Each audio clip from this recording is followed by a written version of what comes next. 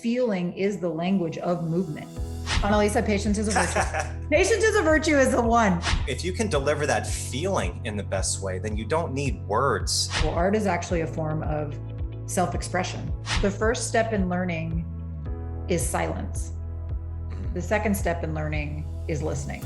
Hey, what's up, guys? Thank you for joining me and welcome to the show. It is a true blessing to be able to connect with the top minds in strength each and every week and share stories, insights, and experiences on becoming stronger in every area of our lives. And now I want to do more for you. I want to invite you to join the exclusive private Facebook group of the Strength Connection. In this group, I share the biggest takeaways and lessons from these amazing conversations, as well as training and strength tips for pursuing mastery and fulfillment in life. This group is filled with individuals looking to take full control over their strength in their lives, and it's the perfect space to explore ideas and share your journey. You'll also get exclusive access to the Strength Connection Mastery Seminars. It's a deep dive into physical, mental, and spiritual training that you can begin using immediately. Just go to the Facebook groups, type in the Strength Connection, and you'll be accepted immediately. Thank you so much for tuning in, and I'll catch you on the inside. Welcome back, everybody. Welcome to the show. Good to see you. Analisa, it's so good to see you. How you doing?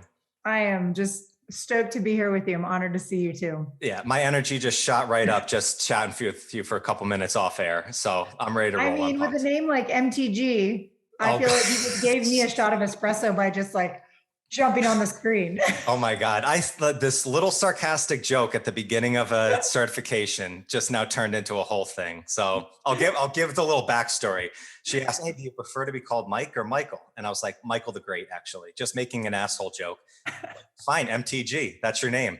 And it stuck the entire rest of the weekend. It has been. The Great has come out. And for those of you that maybe haven't met Mike yet, you'll see the Great. It does. Oh, I love it. Yeah. So as I was mentioned before, I don't know if anybody didn't know, I got a chance to finally learn from you a few weeks back. We chatted, it was about a year ago on the last podcast when me and Chris had you on, got a lot of your backstory of Olympic weightlifting, basketball, all that great stuff, your 20-year career. But I never got a chance to learn from you. And I said, like, the energy that you bring to coaching is something completely different. And I did a solo episode actually on my SFL experience about the past weekend in Chicago.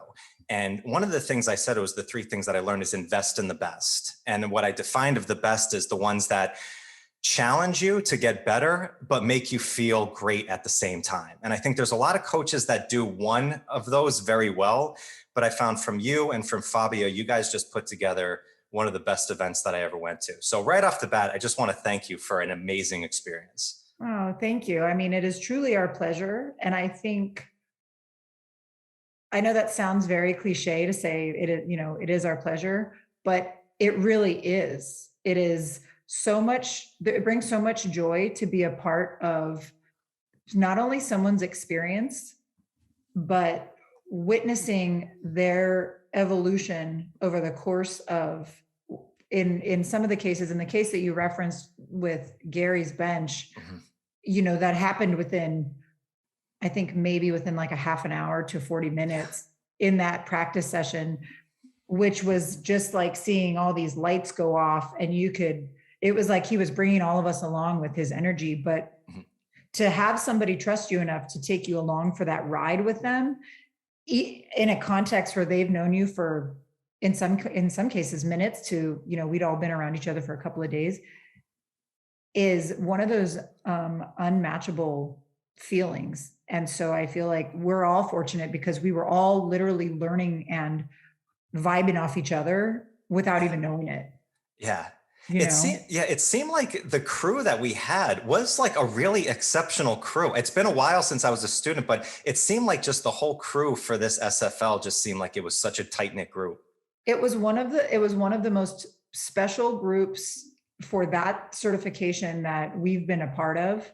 And we'd actually talked about that quite a bit afterwards and sort of at the end of each day. And I think our whole team felt the same, meaning like the other instructors as well. And I know Fabio did too. And I think that felt very similar across the dome this year, but everyone in each group, it was as if you all had already met or were familiar with each other within the first day, which there's some level of that camaraderie that usually develops fairly rapidly, but we bring such a mix of characters and backgrounds and, people with sort of different stories and then agendas moving forward, that it usually, the weekend has very different meaning for a lot of people. And it was unique because it did feel that like all of you, and there were almost 30 of you, that everybody had, like, you guys were on the same path. You were all in there together. Everyone was a little different, but it was cool. And it was like, let's figure out how to raise each other up. And I mean, if you can step into an environment like that and then learn on top of that, yeah, there's really nothing better we can deliver. Yeah. So you guys did that for each other. Yeah. Well, and that's such a rich soil to learn on, right? Because it's like, and that's what I was talking about with a couple of people. There was very little ego of anybody there at all. But it shows how impactful a coach can be. As you said, like, you might just meet somebody minutes before, but you can make a huge impact on somebody that was right off there was two big instances that I felt like that. One is the Gary story, which I am going to tell again on this because it was so incredible. But it was one of the days where we changed teams. We were working with a group of people, and then we had to switch up because we were going, instead of height, we were going for strength. So everybody switched up. And the group that I had, with the deadlift, and the group that I had, I really didn't get a chance to speak a lot with during that time. But everybody right off the bat was like just so in each other's help, just like putting everything together. It was like there was no like, oh, well, who wants to go first and stuff. Everybody was just jumping right in. And it is, from doing this for a long time, I've been in this community for over 12 years. There is a little bit of that learning curve of like that energy. This just popped right in right off the bat. So it was a really special crew. And I credit a lot of that to the energy that you guys brought right off the bat. Thank you. Yeah. But the story is, I have to tell it because I think it's going to segue into some questions I have for you. We start with the bench and the deadlift test right off the bat the first day. If you don't get it, you have another chance to do it later in time. And there was this one guy, his name was Gary. Shout out to Gary if you're listening. He missed it on the first day. And then second day, thank God his attempt, changed some stuff up, and he got it done. It was a grind. But like everybody, as soon as they saw it was going up, it was just so loud in there and it was going crazy. And everybody's watching this bar. I was watching you, and the energy that I saw from your eyes go in when you told him to rack that I said, I'm like, this looks like a coach that was helping a person they've been working with for 20 years just hit a mark. And I'm like, you can't fake energy like that. And that's why I said, the energy that you brought as a coach, from it is something that obviously from years of experience doing, but there's an art of it that you brought to it that was just incredible. And it's made me a better coach right off the bat. And I'm sure it did with other people as well. Well, thank you. Yeah. That was a very special, to Gary in particular. Gary, if you are listening, I think I'm still glowing, and my biceps and triceps and lats are still probably cramping from excitement from actually pushing that through the air with you. But it was the flip of his both mental switch and him understanding that he was capable of pressing that load, because he had come prepared, had been a little bit out of his groove when we did the initial test. So once he understood how to sharpen his groove and got his few cues, you could see in the load he did just prior to the testing load that he was dialed and he was ready to go. It's kind of like when you see an athlete at the end of a game understand, like, look, you're the one that has possession of I've been coming from a basketball analogy, or, it could play across a lot of sports, but you're the one, the coach says the ball's going to be in your hands. We're going to set a screen for you. Ball's going to be in your hands. You got to get the job done. And there's something that shifts in no longer wondering, am I going to execute this? But how am I going to execute this? So you've now embraced that you're going to do it.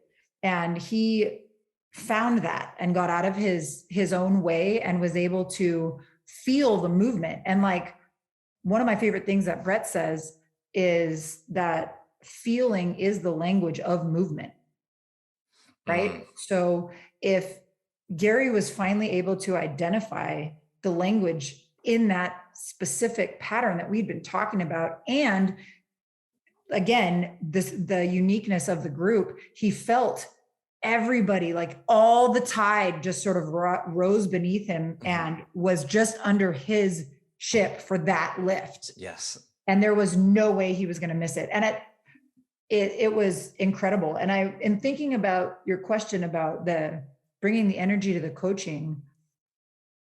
to answer your question, I mean, I think yes, in my entire being and life, growing up in a family of educators and instructors, and having a father who was a lifelong coach and a mother who was a teacher, a father who was a teacher, it feels like it was just sort of an instinctual commitment once I was able to find my way into the teaching and coaching world. Mm-hmm. But I think one of the things for me that has continued to cultivate it and really help the energy grow over time has been me finding particular amounts of joy and feeding off of energy of the simplicity of being a student and learning. Mm-hmm. So to me, teaching is constantly learning. So it's actually the invigoration in learning about that person, learning what they're doing. How can I make it better? On top of like the content of what you're actually doing is at the bottom, mm-hmm. but then somehow getting and taking and absorbing all of that information, whether that happens in milliseconds, seconds, mm-hmm. or minutes, or however it works, but then processing it and figuring out how can you help contribute to that to make it better for whoever else is involved with you. So it's right. like this mm-hmm. sort of constant flow of input, output, but the output is not always necessarily words, which mm-hmm. is funny that we're on a podcast because this is just a bunch of words all together to create a bunch of moments. Yeah, and right. I have a joke with one of my best girlfriends and who's also a really important mentor for me. And we always joke about how so many words, there's just so many words in the world, and how I really, as a person, I really appreciate action over words. Mm-hmm.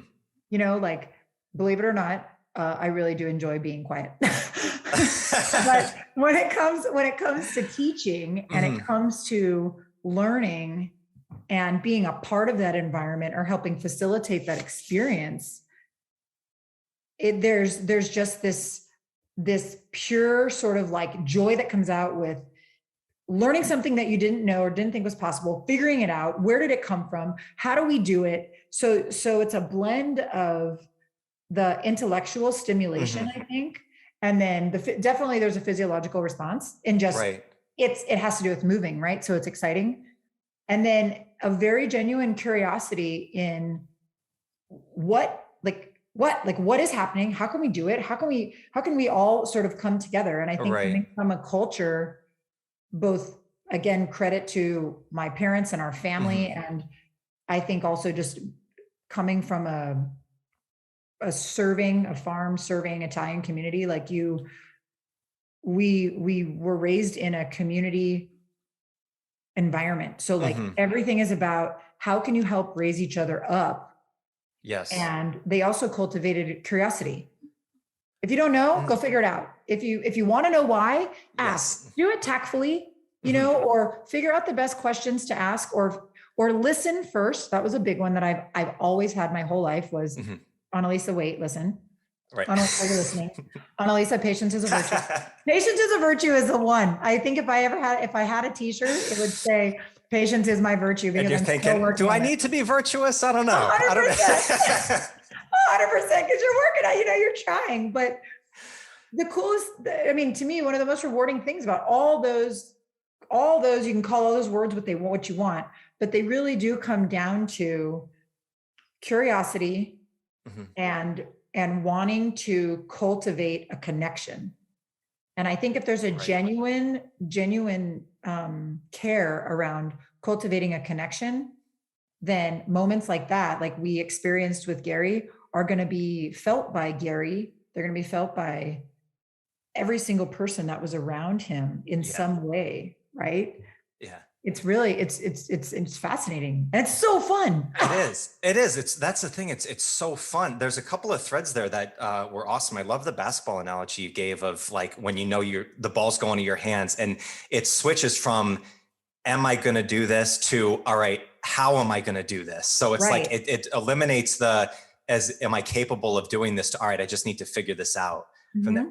But the thing you talked about of language is so interesting, and words, because like how important do you think it is of just finding your authentic way to do it? Because like like I see you and like you have such an energy and like it just naturally such like an extroverted feel to it, where I've worked with Brett a long time, has a different type of energy to it. It's not, it's not better, it's not worse, it's just different. And same thing, he's one of the greatest I've ever seen. And he's a man of few words when he needs to from there. But as you said, like, if you can deliver that feeling in the best way, then you don't need words as much. And I think that's where I think a lot of coaches, we sometimes get into mistakes of explaining so much to our students, where it's like, you don't need to say that much. It's like, try something. And then if they get it right, celebrate that moment like it's the greatest thing in the world. They're going to feel that much different than explaining it in 8 different steps of how to do a squat. I think there's a few things you said that I think are awesome and important. I think recognizing that there is, I think, a student and actually people for that matter, in communication will recognize authenticity. So I think a big piece of it is understanding, which comes in chapters in our life, and it's going to come also in various facets. Like, you may feel that you understand yourself and you're able to be very authentic in your personal relationships, but you're still finding your footing as a professional, whether it's you're a teacher or you're a doctor or you're whoever you are. What does that mean for you, and how do you communicate and how do you do that?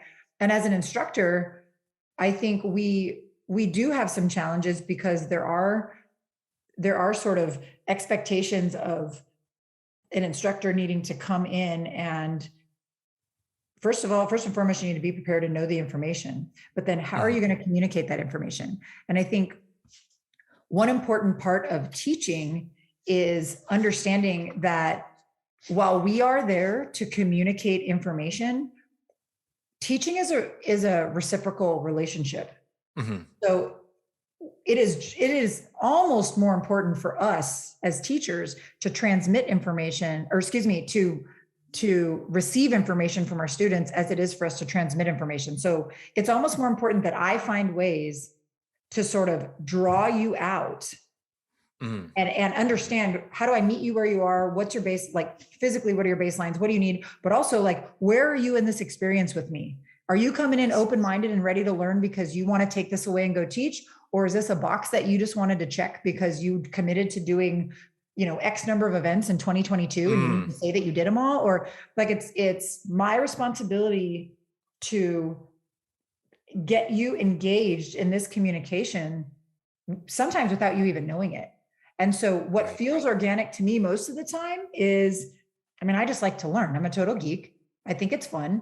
I think there's a lot of things that I don't know, so it's fun to ask questions. People generally like to share about themselves, and you learn really quickly if they don't. So I usually ask a few questions. If there's someone who wants to talk to me and tell me all these fun things about themselves, cool. Usually listen to for as much as you have the bandwidth for. Right. Then you kind of move on or do what you need to do. If it's somebody who gives you a one-word answer, okay, cool. You take note and you find another way to reach them. And I think one thing about somebody like Brett, who is, I think on the outside, maybe less sort of like, like in your face, like a lot of what it feels like I am. He and I also share the love for actually being quiet. When I come home or when I'm done teaching, I teach 8 to 10 hours a day.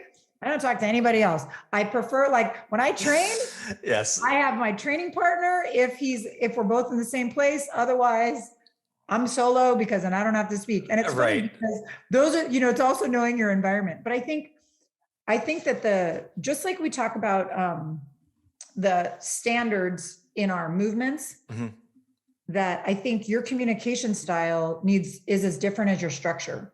So as long as your communication style is honoring the people or person that you're in communication with, and you find a way to make that communication reciprocal, so both people are involved, whether that means 2 nonverbals or verbal, or you're looking at each other for hours, whatever works. As long as to me, as long as it feels like it's a two-way street, then to some degree it's going to be impactful. And what's even cooler about that, I realize using cool, remind me to tell you something funny actually about the word dude and the word cool after this. Is that if you can, which again, this is a lifelong mission for me and something that I've really learned to value over, I think it comes with time and maturity, both as a professional and also as a person, is this is directly in line with one of our core values, which is being a quiet professional, right? Yes. So yes, I very much value getting excited, sharing information, and sort of the, like, let's dial it up. Yeah. At the same time though, because just like that's like, think of it as a bunch of tension.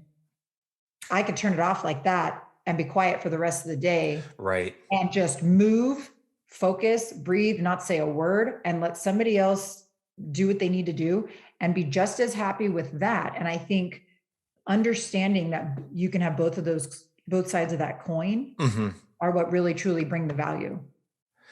That's kind of. Yeah, no, I love that. It's interesting you mentioned the word standard with communication, because we have standards for strength. Right. But like with standards of communication, I think that is such a bridge to being authentic. And it's like, you can do it your own way. You're going to check these boxes. You're still doing the same thing as whoever else was doing it, but you're doing it your way. Because I struggled with this early on of, they say you have to match other people's energy. That's like a sales technique. You mirror that person's energy. And it's like, but then a lot of people miss the next step of that, which is you need to build their energy towards yours afterwards. So if somebody's a little bit timid or out, you don't jump right on top of them in like this cheerleader effect, because you're probably going to scare them away. It's like a bunny. But once you get them a little bit excited and you see that, then you can bring them up to your level. And I think the standards of communication is such an interesting thing, to do. We do like FMS screening and tests. It's like, all right, this is how we're going to communicate if we're going to work back and forth. I think that's such a good concept that everybody should not just do as coaches, do that with any communication that you have in life. I mean, with people, I think it's very interesting because in thinking about this, which I really appreciate, I like to be prepared, and you sent me these fun questions to kind of marinate on. In thinking about that, developing communication is definitely a skill. As we all know, you can get your baseline education and your higher education in it. And it's also, I think there's elements of it being an art, I've been thinking a lot about that when you asked me about the art of teaching and coaching. I feel like, well, art is actually a form of self-expression, right? Yes. Like by definition, it is, I am expressing some part of myself to you, and then you're interpreting my expression. Yes. Whether or not it's the same as what I was trying to express, who knows? Right. Sometimes it is, sometimes it isn't. Yeah. So that's where it kind of gets like interesting, but the art in communicating is just that. So to me, I was trying to think of sort of like what would maybe be 2 or 3 things that are really sort of the standards to stay on the same vein of what we're talking about in communication that might be helpful. And personally, where I've evolved is, first and foremost, number 1 is listening. And in the book, have you read Legacy? I love it. One of my favorite books of all time. It's sitting right here, all open and highlighted. And I have to say, I'm going to throw this in there quick, because you have on your website, you have books that you've recommended. You're the only other person besides me that has ever mentioned the book Blue Mind about Wallace. Oh, all time. Do you know that I tried? He's a very nice man, but I actually think he might've thought I was a little berserko, because I was out in the surf one day, and this woman that I just kind of had seeing her out in the break, I don't know, for, quite a while. And one morning she came to me in the parking lot, beautiful surfer. I was in my probably early mid 30s, and she had to be in her 60s. I mean, the woman would just share waves and ride, like she'd been definitely riding her whole life, and we were longboards and hanging out. Anyway, she comes to me in the parking lot, and she's like, it was really great to see you. I have something for you. And she gives me this blue marble. And she said, go home, look up the book, Blue Mind. If you can't find it, here's my phone number, text me. I will send it to you. She said, you have a blue mind, and I've been carrying this in my wetsuit waiting to give it to you, but you've been, I hadn't been in the surf for a little while. So I'm just like confused. I'm like, what is this? This is amazing. I go home, I look it up, I order this book. I read it like 3 times and listened to it. And then went down, because it's not far from me. I live like sort of by the beach, about 20 minutes south of San Francisco. And if you drive down the one, like another half an hour, there's Davenport and Slow Coast and like where it is.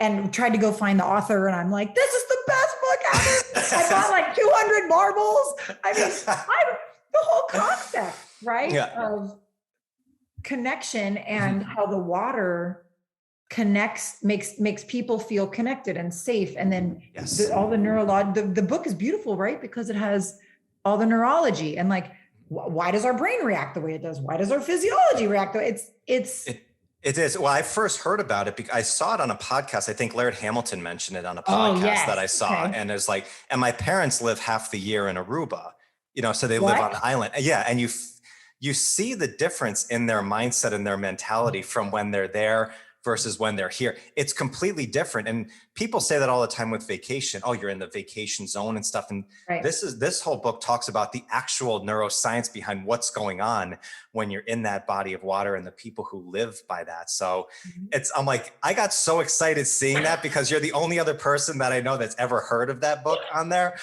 So I had to say it's two peas in a pod on that. So I am so appreciative of the fact that you are even aware. Yeah. Oh yeah, that's amazing. So and Aruba, we're going to talk about that. Yeah, seriously. Oh, that's a whole nother podcast right there of the joy of Aruba. But the book Legacy, I've read that twice before. Incredible book about teamwork and communication. I mean, and also the reason I brought that up was because so near the end of the book, one of the beautiful things about the book is how they weave in a lot of the Maori, like the Maori sayings and then they translate them at the end. And there's one in particular that I feel was written directly to me as a child and also stays with me my entire life. And it says, the first step in learning is silence. The second step in learning is listening. And I feel like those are two very clear things. So in talking about the art of communication, number one, to go back to the listening thing, are you able to embrace silence and then listen? And then that will open you to my perspective, that then sort of genuinely opens you to asking questions, which is the next thing. So it's silence and listening, asking questions. And then from there, being adaptable. So adaptability can be not necessarily like, that doesn't mean that you didn't have sort of your own ideas or your own agenda, or, you know, if we go into Adam Grant's Think Again, like, did you come in already as like a politician or what do you call it? A politician, a priest or a preacher and what's the third one? Politician, a preacher and something else that I can't remember at the moment.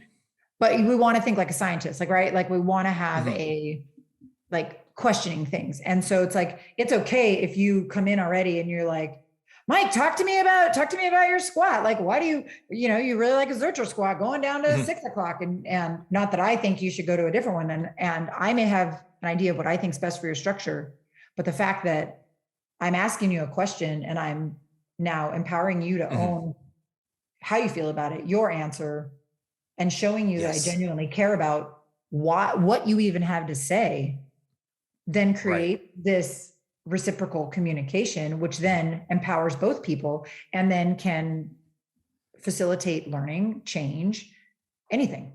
Right. So that's so powerful, just the listening aspect of it, because we think that, yes, you need to listen more and stuff. It's a beautiful thing to say, right? But when you actually listen, it means you need to listen for a lot longer, I think, than we think we should. It's like, oh, like ask a question, you say something, then I immediately give an answer. And what happens from there, that I forget where I saw this from, but it's like when you allow somebody to speak everything that's on their mind, the only thing that they can do now is to now receive what you have to say, because they've got everything out from them. They don't need to talk anymore. So it's like, that's what I think, that's the big thing with coaching, is the listening and silence. Like, silence means stop talking and let the other person talk a lot more.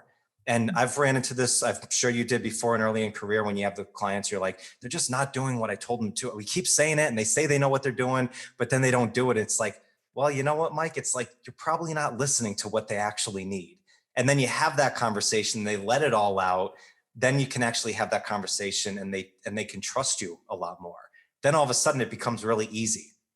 It's super simple. And you listened to yourself. So you opened up on that, which I do think it takes a very special individual to do that organically and to do that early on, if, staying in the vein of our career and sort of our profession.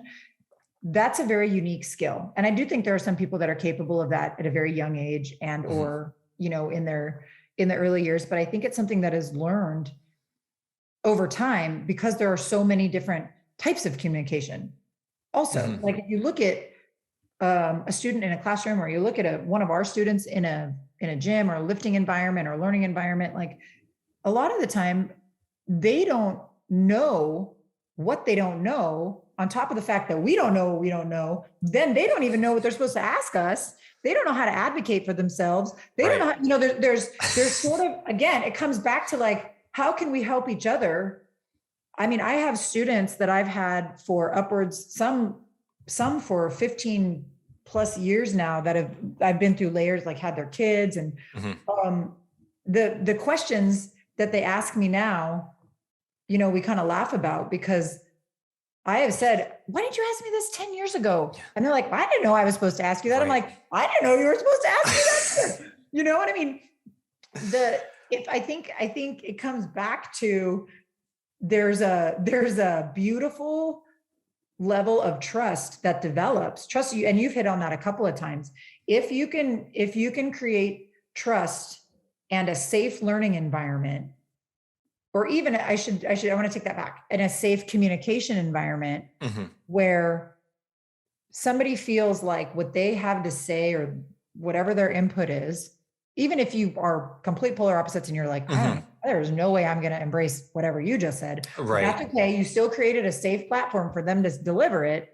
Then you're more likely to both get something out of that interaction. Even if you walk away from the interaction and you're like, well, that was great. Never have to do that again. That's okay. It happens sometimes.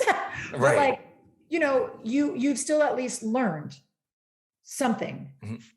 And I totally just now forgot where we were going with that. Well, it is. It's a net positive in any conversation that you have, even if it doesn't turn out the way that you expect it to. And I think that's like, we're talking about like you mentioned, the art of communication, and the definition is that self-expression. There's a creative side of that.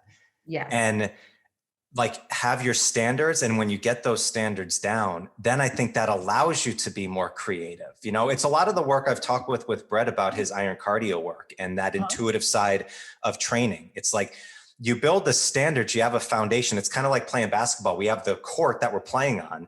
Right. You're not going to go out of bounds on there, but you can do whatever you need to get to the hoop and score a basket. First, learn the foundations, but then once you get to the next level, all of a sudden new things is going to open up. That's kind of like the questions that you're talking about.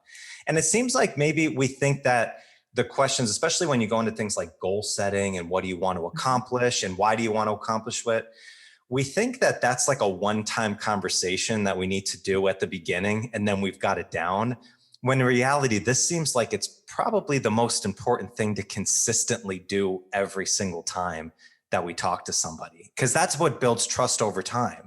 And then those questions will probably pop out that have been in the back of their mind, and then they eventually get them out, and then you get the real answers. Yeah, and I think clarifying that, like I think an important point you just made is being open to revisiting the destination, checking in. Is the destination still the destination? Okay, cool. We're going to be flexible in how we get there. Here's the map. Guess what? There's 37 different roads we could take. Some of them are off-road, some of them are freeways. Yes. Some of them are going to be a horse-drawn buggy. That's fine. We'll get there. But then reevaluating, because you may decide you want to stop somewhere else along the way. They may shift a little bit. In that same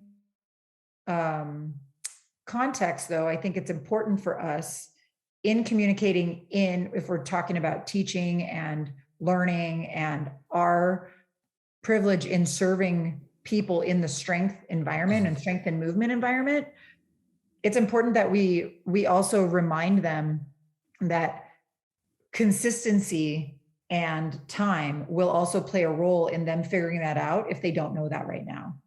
And so it's great to be open and adaptable and ask questions and be willing to shift and change and make sure. But it's also then understanding that small tweaks along the way are maybe helpful, small adjustments, as long as you stick with sort of give the core objective a chance, right? And I feel like that kind of translates to how we can kind of shift in how we deal with situations or how we communicate, but we stick to the values that are most important to us. It kind of all comes back to like, did you stick to your values? Did you stick to your standards? And then did you find your groove within within the standards? I feel like that's just sort of like the framework that keeps kind of popping up, you know? Right. You know, it's funny. I had a conversation with somebody the other day. It was like a business partners call, and we were talking about core values. And they asked, like, do you have a core value system for your life? And then you think it's like, well, I have it for my business. I have it for like other stuff. Like, I don't need that for my life. Cause that's the first thing they say, oh, in business, what are your values? What's your mission statement? All this bullshit. And it's like, what are you actually doing for your life? What are the values that you have for your life?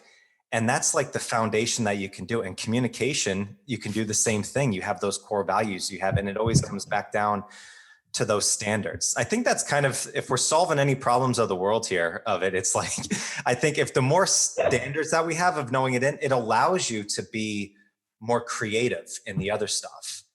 It's just like your setup. Yes. I mean, that's how I explain it to my students. And actually that's one of the things that my parents, both in their respective way, did for us really, really young. I mean, my father it was like a couple different ways, right? Because he was a basketball coach and he was a teacher. So it was like, you're not going to make free throws unless you literally ritualize what you do on the line. You need to have the same foot or be parallel and then, dribble. Mine evolved from like a 3 dribble to like a 5, which took way too long in college and was stupid, but it was what it was. But like, and then how much did you spin the ball? Like everything needed to be perfect. And with my mom, it was always like, your ritual is going to be like that. Your room needs to be clean, but it'll be more fun. She knew I was like the kid that if you gave me a plan, I was like, oh, cool. I got all these steps. Yeah. Like, just make your bed from this side, start on this way, make sure it's like this. I mean, she totally like nailed the communication. I still make my bed probably the same way now that I did when I was a little kid. I mean, kudos to those two people, but they're both in their own way, right? They showed us that, like, you check that box off for the rest of your life. You got that down. You got that. But what it does is you don't understand. They're teaching you the lesson of if you set yourself up, just like when you step up to the bar or the bell or you're going to wedge down for a 1-arm push-up. Like if you have every step before you execute that movement dialed, then you can focus on the part of the experience or the movement or the part of the conversation or the whatever you're doing that brings you joy and also provides space for you to be creative or listen or all those things, right? And so it's again, it's like, how much have you ritualized your action so that it's connected directly to like where you want to go, which is funny because in our hierarchy of needs, are you familiar with Maslow's Professor Maslow, it's been a while, but yeah, I know that. Yeah, I know. Right in his hierarchy of needs and how like the base is like just our primal needs I mean, to simplify, this is like super oversimplification. And I think it's, there's so much depth to it, but that's like feeling safe, home, all those kinds of things. And then in the middle is more our sort of culture and community and like social needs. Yep. And in that middle layer, there are so many ways to interpret, are we feeling connected to ourselves? Are we feeling connected to other people? Are we getting social cues? Are we, are we interpreting all these things? I mean, that's literally part of how we're wired. Yeah.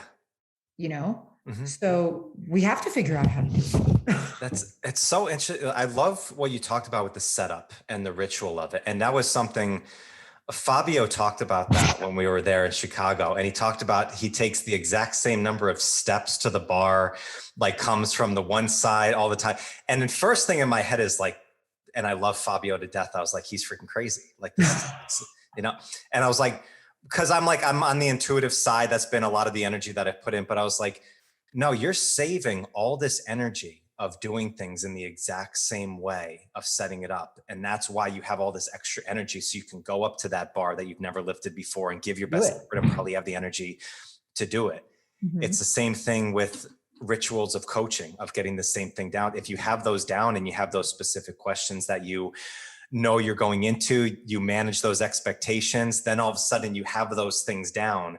And now it frees up all this energy so you can do all this other fun stuff, all the creative types of things. And that sparks a different energy. That's so interesting that you said it. It's really such a carryover into everything from, so strength can just kind of be the caveat and the solver of everything. It's almost dorky. I feel like I was trying to come back and I was like, why do I keep coming back to strength? And I keep coming back to math.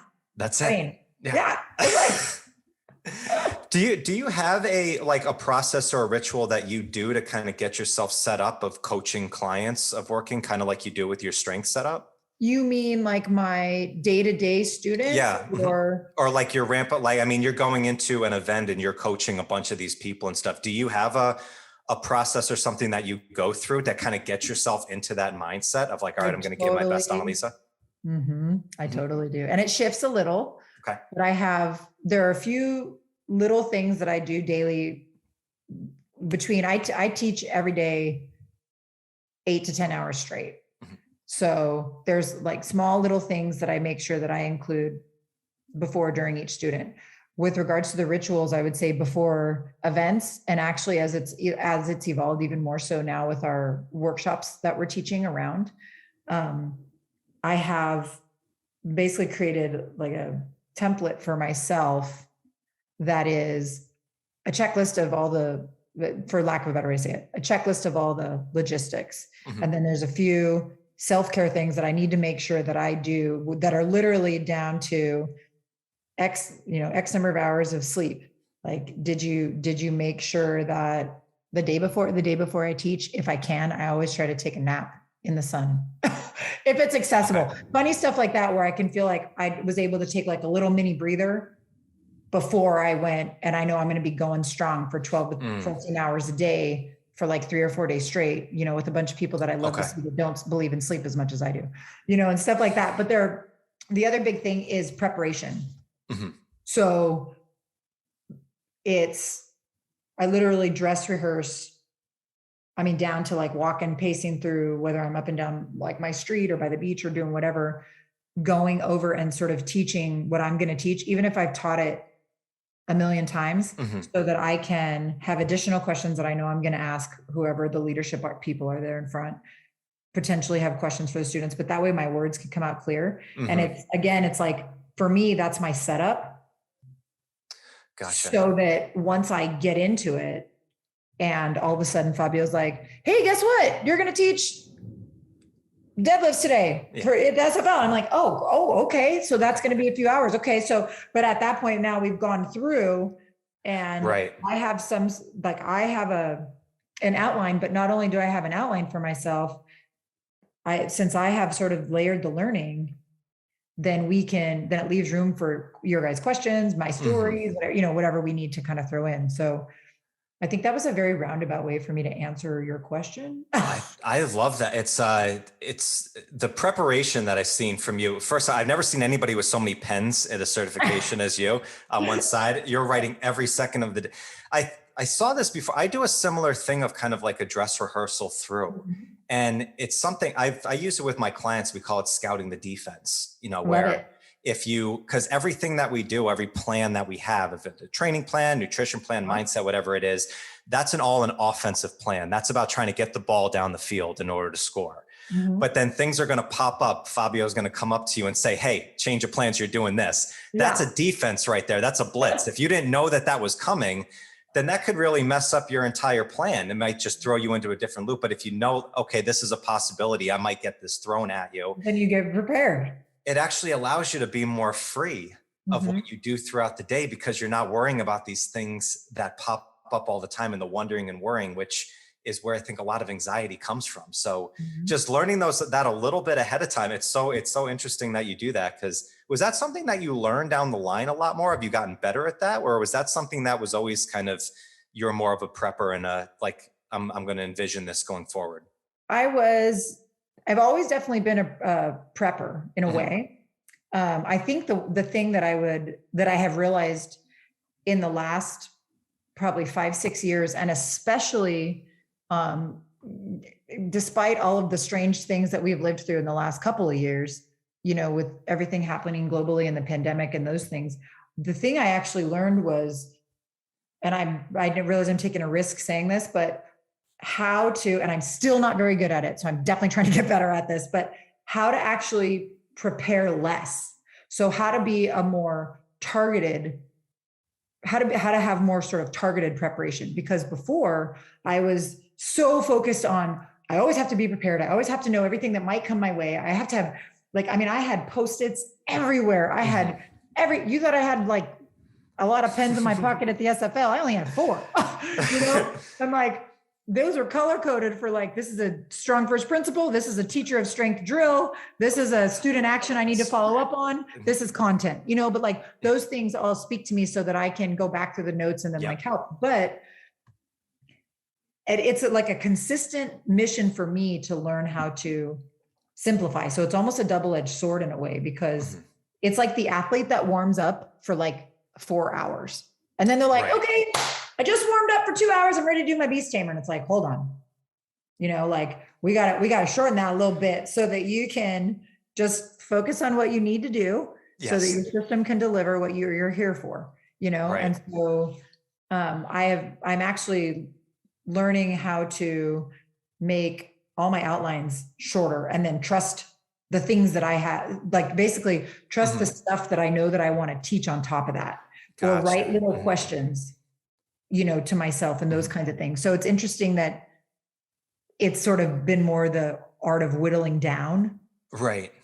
And then it has been of like, how do I get more? It's no. Right.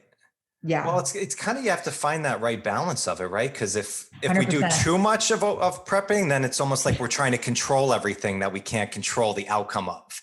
And then it's almost like, I heard Derek Jeter is my favorite player say this about speeches. He says, I don't prep speeches too much because then I'm always worried if I'm at the right spot of the speech. 100%.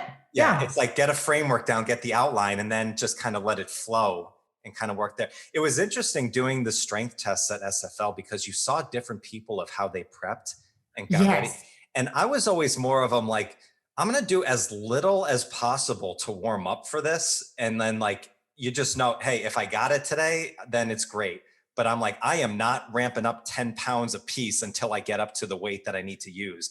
I'm doing like 1 at 135. I'm doing 1 at 225. I'll go 275. Okay, cool. All right, I'm ready to go. It's like, and I see people like, you ramp up these warm-ups so long over this period of time. It's like, I don't know. It's like, I think you sometimes might are trying to control something that you just have no control over. Well, and I think there's a blend of, I think there is, and having been one of those people, of all layers in our athletic career and having sort of been through early on, very, very early on, from collegiate athletics to Olympic weightlifting to like early days of CrossFit to RKC when it started, and people were like, what are you doing with this weird kettlebell? Like you're learning but you're learning all those things and finding what works for you then. But I think what you're saying is a huge testament to time, experience, and not knowing what you don't know. Because some of those people that do, like, we can stay in the vein of warming up, right? Like that's what that potentially is what they were taught or what their coach told them or what they found successful, right? So they don't know that they potentially would be completely exhausting their CNS before they even get to their test or their load, right? Or their tissue, like that may be what they need mentally, like who knows? And for some athletes, it actually works, which is even more interesting because who knows why? I mean, I'm sure Pavel could explain to us, and a number of other physiologists right now could explain to us, maybe right down to the minutia as to why. But I think in this context, less being more, is definitely a very valuable lesson and something that we can all sort of really take a walk away from. And like, how do we do the right amount to optimize what we can bring to the situation is really what it's about. So it's not necessarily doing just a little bit, but it's how do you Goldilocks it, whatever it is, for whatever you're trying to do.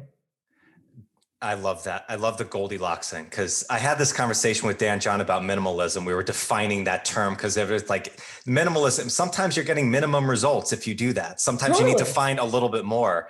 And it's this combination of the science behind it and then the art. We've talked a lot about the art, and then I'm sure Pavel, I'm sure Fabio, their crazy minds go in that way. If they can get to the exact science of this is exactly what percentage you need to do to warm up to execute your best. I talked to Antonio the other day, who has the same mindset of going into that, and it's a blast to do. But once you get that down and you prepare those things, and then you also have the art of it, of trusting yourself and being creative inside it. And I think it goes right back to that communication. It's like, that's why I love working with Brett so much, is because he only says as much as he ever has to in order to get the point across. Okay. Then we talk about other fun stuff. We talk about Game of Thrones and anything else like that. But it's like, when we're getting down to it, it's like, say sometimes the most that you absolutely need to in order to get the job done. That's true. Yeah.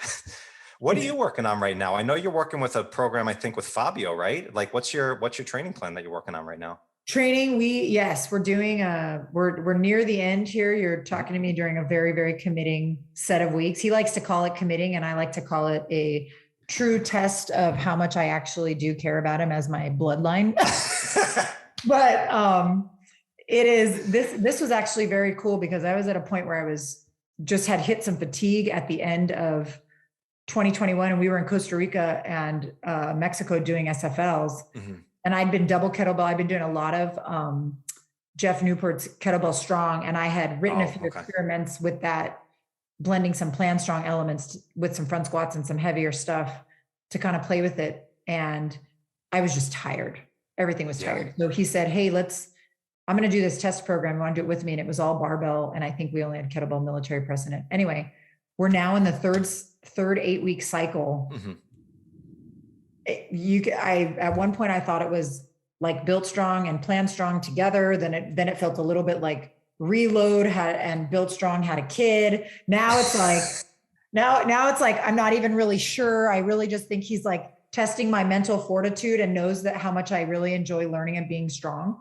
But it's cool because honestly, my number one objective is to be able to lead by example and show, like while I'm teaching, demo whatever I need to demo while talking and showing the principles at the same time. So for me, that has shown, especially with all the traveling and then teaching workshops, sometimes, you're on for like 8 or 9 hours straight in a day. And so you need to be able to demo, and we do a lot of mirroring.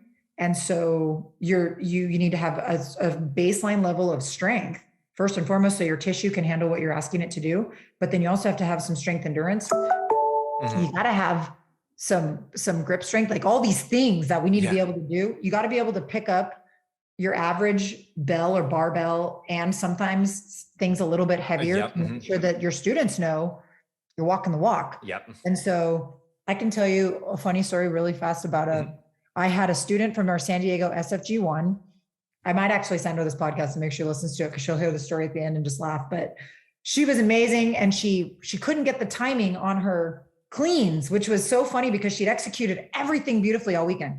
She lives up here, so we came home and I said, hey, when you're ready to test out, come to my dojo, my gym at my house. You can do it. We'll just do it in person. She comes, she tests. She's so excited. This is when Fabio and I were in like phase 2 of this crazy thing, this experiment thing we're doing. So I was pretty tired, but like, you never let your students know that you're physically. Hell no. Yeah. Right. Yeah. So she's like, hey, okay. So can you check out, like, I really want to train for SFG2. And I'm also thinking SFB. And for anybody who doesn't know me very well, I mean, I love strength, but SFB was hands down one of the hardest things, not the pistol and the pull up, because I love doing those things, but my arms and legs being so long, a one-arm push-up literally was the hardest thing for me to accomplish. And I remember, like, it's still very challenging for me to do. And some days I have it, some days I don't. But she goes, hey, so, can you look at my skills? And she goes, actually, can you show me? And I'm like, sure. And so I told her flat out. I was like, this is like, I mean, I've been up since 4 in the afternoon, and I'm laughing in my mind thinking, of course this would happen today. Like, Oh, and that's great. so it was very funny though, because I told her, right, I set up and I'm in my mind, I'm just like, okay, you got to just do this push up. Like it has to happen, And I'm like, okay, well, I might fall on my face, but just so you know, if I do, I'm going to fall with integrity. She starts laughing. Fortunately, I was able to do it. Mm-hmm. And she was like, I totally want to do that now. Oh. That just made me do it. And I go, did you not think I was going to do it? And she goes, well, I guess we don't know. We didn't know each other super well. So she didn't know if I would like bail, Yeah. And so what was cool was that I learned how, or I guess it reinforced to me the path that has felt so essential to me, which is really making sure that our own self-care and training stays in balance with all these other beautiful things that you and I, we've been talking about and that we've been doing and dedicating our time and enjoying the art of like enjoying serving and teaching. But if we can't do all those things, then unfortunately all the other stuff that we are trying to do might not have as much of an impact. And so she really reinforced that for me by just trusting and asking me. And then I was like, oh, wow. Okay. Yeah.